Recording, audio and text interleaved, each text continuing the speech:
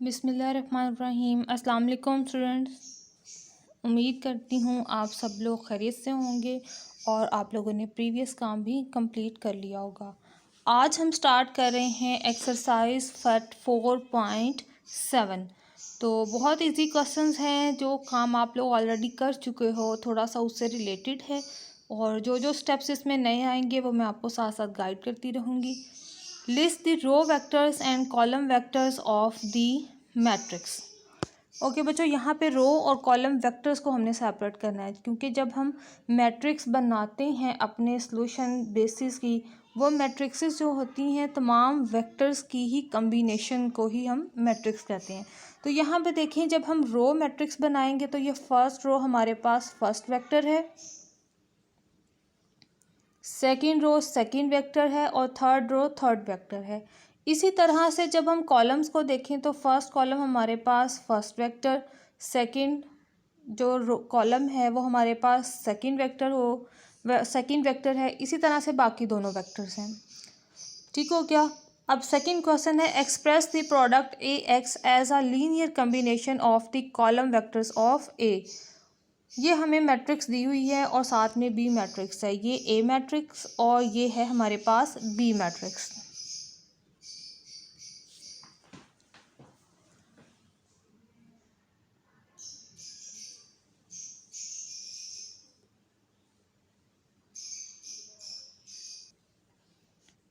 अब इन्हें हमने लीनियर कम्बिनेशन में लिखना है। आपने इस तरह के क्वेश्चंस को कैसे सॉल्व करना है, इस तरफ आपने बी मैट्रिक्स को लिख लेना है, बी वेक्टर को।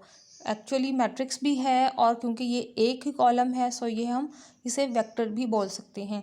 आपने इस मैट्रिक्स को यहाँ पे रखना है और फिर आपने ए लिखना है और अपने कैपिटल ए मैट्रिक्स की फर्स्ट जो कॉलम है आपके पास उसको लिखना है यहाँ पर, प्लस बी, और उसके बाद बी के बाद आपने लिखना है अपनी ए मैट्रिक्स के सेकंड कॉलम को।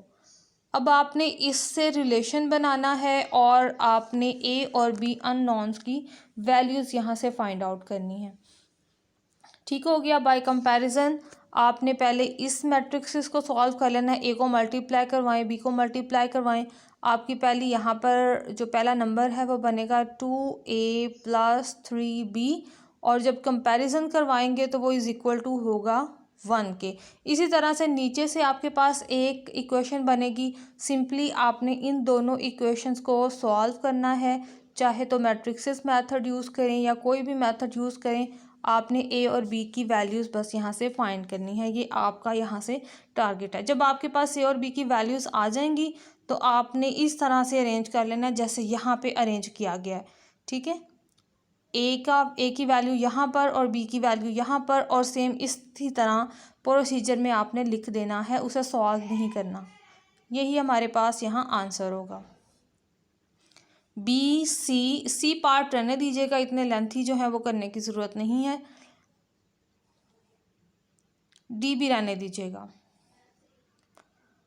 क्वेश्चन नंबर 3 में भी इसी तरह से हमारे पास बी मैट्रिक्स और ए मैट्रिक्स जो है वो स्पेसिफाई नाम भी उन्होंने हमें लिख के दे दिए कि ये आपके पास बी है और ये आपके पास कैपिटल ए है। इसमें से तैयारी कर लीजिएगा, डी तक ये ई पॉइंट रहने दीजिएगा।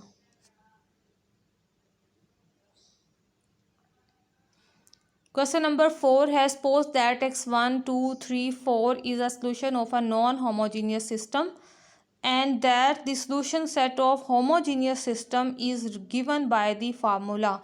यानी यहाँ से ये हमारे पास फार्मूला से वैल्यूज़ आती हैं होमोजीनियस इक्वेशन के रिजल्ट्स। तो x1 की जगह पर अगर ये वैल्यू पुट कर दी जाए तो ये इक्वेशन बनेगी हमारे पास इस तरह से, -3r + 4s is equal to -1। इस सारी कैलकुलेशन को आपने इस तरह से वेक्टर नोटेशन में लिखना है, x1 x2 3 x4, और ये सारा वेक्टर किसके इक्वल है उसकी सारी वैल्यूज़ आपने यहाँ लिखनी है। -3r + 4s, r - s, r और नीचे आ गया s। अब आपने इनको इस तरह से सेपरेट करना है कि यहाँ पर r कॉमन हो जाएगा और तमाम r वाली वैल्यूज़ यहाँ आएंगी। और बाकी एस कॉमन, और एस वाली तमाम वैल्यूज़ यहाँ पर आएंगी। यहाँ से ये एस वाली देखें, 4 - 1, यहाँ एस नहीं है, सो यहाँ 0 आ गया, और यहाँ पर 1 क्योंकि एस बाहर जा चुका है। अब ये आपके पास इस, और अभी हमने लीनियर कम्बिनेशन में लिख दिया है, यानी इस होमोजीनियस सिस्टम के सॉल्यूशन को यहाँ पर हमने लीनियर कम्बिनेशन में लिख दिया है, और यही यहाँ पे हमारा आंसर भी है। Find a vector form of the general solution of A x is equal to 0। Vector form हमने बना दी। यहाँ पर ये जो आर और एस थी वो हमारे पास एक्चुअल में वेक्टर फॉर्म थी, ठीक है। Find a vector form of the general solution of A x is equal to B. अब A x is equal to B वाले सॉल्यूशन की जनरल फॉर्म बनानी है हमने वेक्टर फॉर्म, तो वो ये आएगी x2 x3 x4, और ये इज़ इक्वल टू है हमारे पास -1 2 4 -3, और ये हमारा यहाँ पर सॉल्यूशन है, ठीक है, बी का। होप सो कि आपको समझ आई होगी। फिर भी कोई पॉइंट हो तो वो आप कमेंट में पूछ लीजिएगा। In parts A D find the vector form of the general solution of the given linear system, then use this to find the vector form of the general solution of ax is equal to 0। Okay ji, सबसे पहले तो हम A x is equal to B के लिए अपना vector result बनाएं, यानी इसके सॉल्यूशन सेट के वेक्टर्स को हम पहले वेक्टर नोटेशन में लिखें। तो सबसे पहला काम आपने क्या करना है, आपने यही करना है कि इस लीनियर सिस्टम को आपने मैट्रिक्सिस में चेंज करना है, ठीक है। ये आपके पास और बी आपके पास आ गया 1 2। अब इन्हें अगर कंबाइन करते हैं तो कंबाइन किस तरह से करेंगे, 1 2 -3 -6 बार और 1 2। अब आपने क्या करना है, आपने इस मैट्रिक्स को सॉल्व करना है और फाइंड करनी है x1 और x2 की वैल्यू, वेरिएबल्स क्योंकि हमारे पास x1 x2 हैं, तो हम इन्हीं को लेके चलेंगे।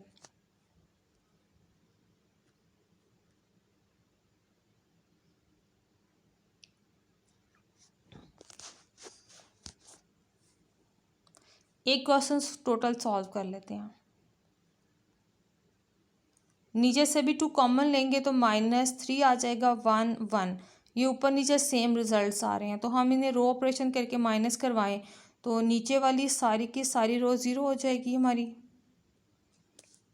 अब इसे आप इक्वेशन में चेंज कर लें, x1 -x1 -3x2 is equal to 1।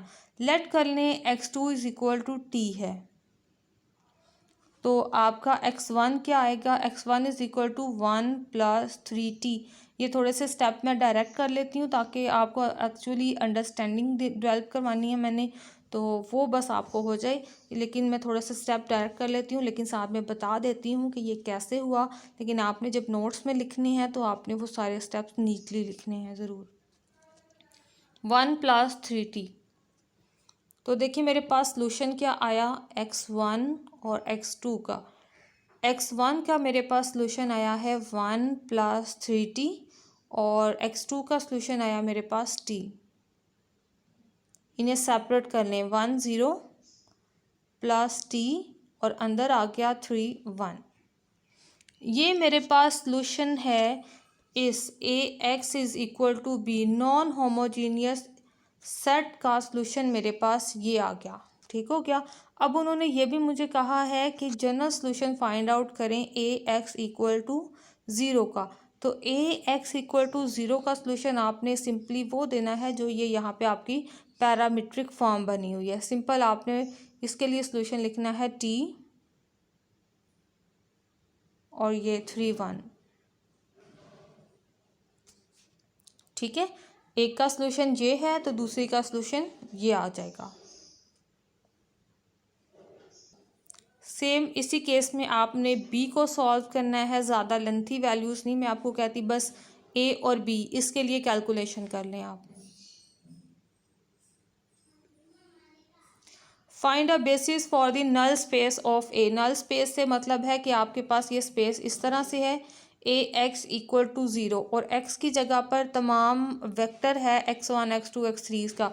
इसमें क्योंकि ऑर्डर 3 है तो आपके पास x1 x2 और x3 जो हैं ये वेरिएबल्स होंगे जिनकी कैलकुलेशन आपने फाइंड आउट करनी है।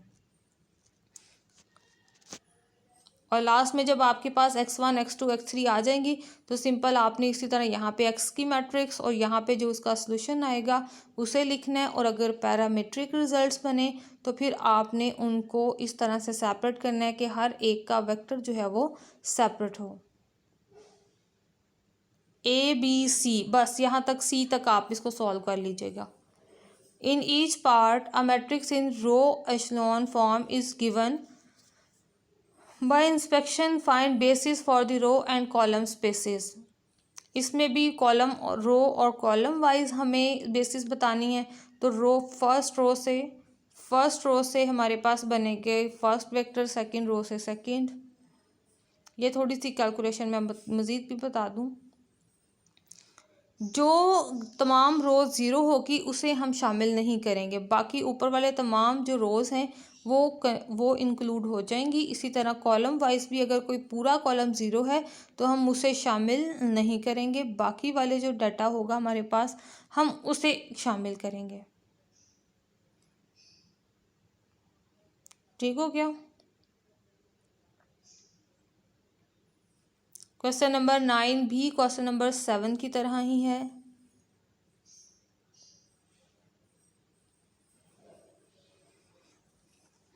Question number 11 find a basis 10 रहने दीजिएगा, ठीक है।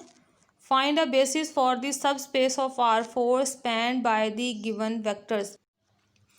ये देखिए सारे वेक्टर्स को एक ही मैट्रिक्स में अरेंज कर लिया इन डिटर्मिनेंट फॉर्म।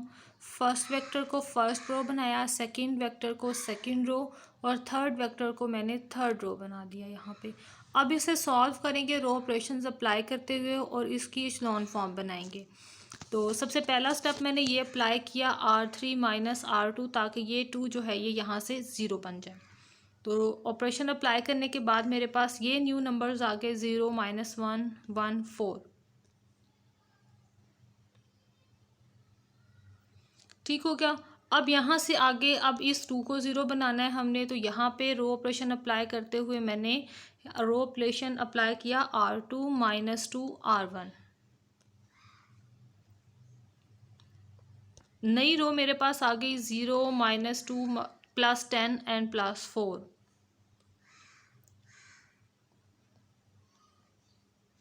ठीक हो गया। R1 पूरी को -2 से मल्टीप्लाई करवाया और इसमें प्लस कर दिया, या सिंपली 2 से मल्टीप्लाई करवाया और R2 में से माइनस करवा दिया। अब ये देखें इस रो में से 2 कॉमन आ रहा है तो -2 कॉमन ले लिया हमने। -2 कॉमन लेने से ये नंबर्स बच गए। अब सिंपली यहाँ पर देखें R3 + R2 करने से ये नंबर भी मेरे पास 0 हो रहा है, तो यहाँ पे मैंने ये रो ऑपरेशन अप्लाई किया।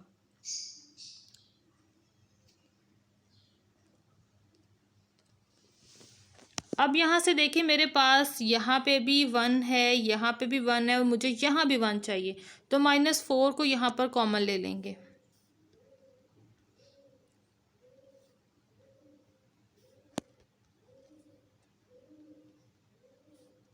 0 0 और यहाँ पर आ गया हमारे पास 1 और यहाँ आएगा 2/-4 जिसकी सारी कैलकुलेशन से आंसर आएगा -1/2। अब यहाँ से हमारे पास फर्स्ट वेक्टर जो एक नई बेसिस हमने बनानी थी उसका फर्स्ट वेक्टर हमारे पास है 1 1 -4 -3 और सेकंड वेक्टर है हमारे पास 0 1 5 2 और थर्ड वेक्टर है हमारे पास 0 0 1 -1/2। तो ये वो न्यू स्पैनिंग है जो हमारे उसी वेक्टर्स को दोबारा से नए सिरे से न्यू वेक्टर्स के साथ स्पैन करेंगी। ऐसे लिख लें, चाहे तो इनको ऐसे आप रो वाइज भी लिख सकती हो। इसी तरह अब आपने बी और सी वेक्टर्स को सॉल्व करते हुए बाकी वाले वेक्टर्स जो है वो फाइंड आउट करने हैं।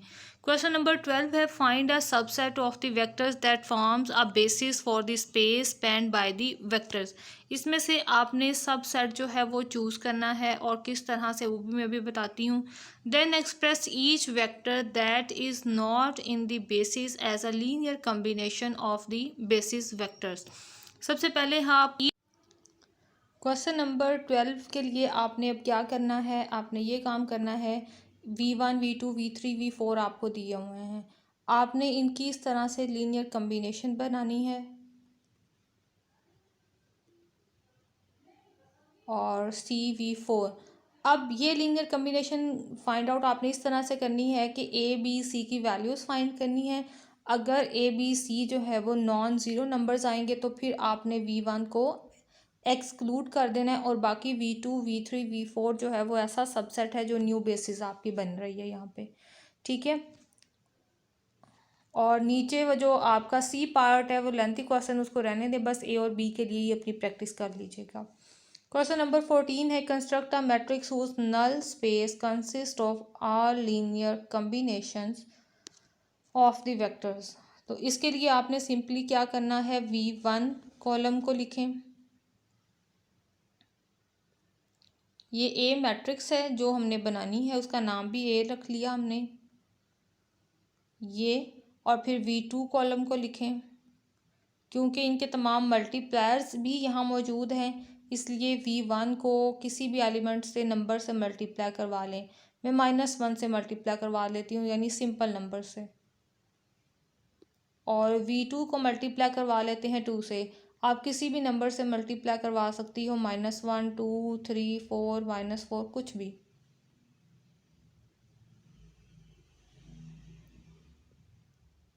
और ये answer.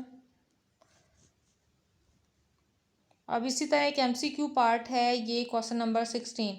Find a 3x3 matrix whose null space is a point. अब पॉइंट है तो आपने उसके लिए ये कंसिडर करना है ABC, बाकी एलिमेंट्स 0, ठीक है। और नल स्पेस के लिए यहाँ पे XYZ कर लीजिएगा और यहाँ 0 0। और अगर आपके पास B पॉइंट में अलाइन है तो फिर आपने AB और बाकी तमाम एलिमेंट्स 0 कर लेने हैं। और अब प्लेन के लिए ABC कर लेना है, बाकी तमाम एलिमेंट्स नीचे से 0 हो जाएंगे। बाकी ये भी ऐसे ही, ये भी ऐसे ही, ठीक है। ये बस एक MCQ टाइप आपका ये क्वेश्चन है और ये एक्सरसाइज में बस आपने यही काम करना है जो आपकी प्रैक्टिस के लिए चाहिए।